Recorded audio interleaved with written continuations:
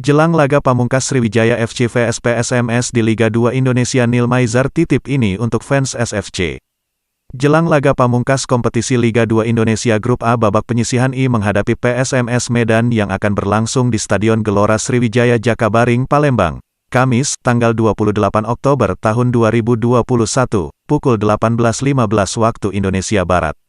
Pelatih kepala Sriwijaya FC Neil Maizar memohon kepada masyarakat Sumsel dan fans SFC untuk terus mendoakan untuk kemenangan Laskar Wongkito.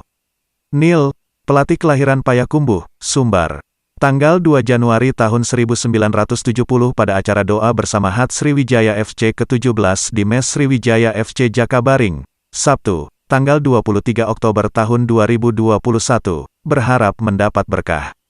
Neil yang pernah memperkuat tim SKB Nesov saat bermain di Liga 2 Cekoslowakia, benua Eropa pada era 1990-an, mengatakan dirinya tak banyak yang bisa disampaikan. Ia justru menitipkan doa kepada Ustadz Dery Sulaiman untuk mendoakan tim ini. Ia mengingatkan untuk terus bekerja keras karena pertandingan masih banyak.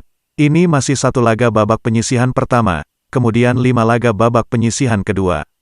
Terkait 4 kemenangan yang dipersembahkan Muhammad Nur Iskandar DKK, apapun ceritanya kado atau gak kado untuk Sriwijaya.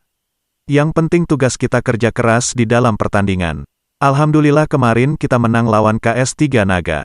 Dengan kemenangannya 4 kali beruntun, Sriwijaya FC semakin kokoh di puncak klasemen dengan perolehan 12 poin dari 4 kali tanding belum terkalahkan. Sedangkan posisi KS3 Naga masih tertahan di posisi kelima dengan perolehan masih 2 poin dari 4 kali tanding. Runner-up masih ditempati PSPS Pekanbaru dengan raihan 7 poin dari 4 kali tanding. Disusuk tempat ketiga PSMS Medan dan Semen Padang FC di tempat keempat sama-sama mengantongi 5 poin, hanya beda selisih gol.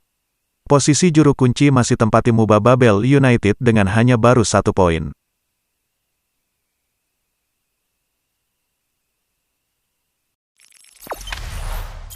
Jangan lupa subscribe, share, komen, dan like ya!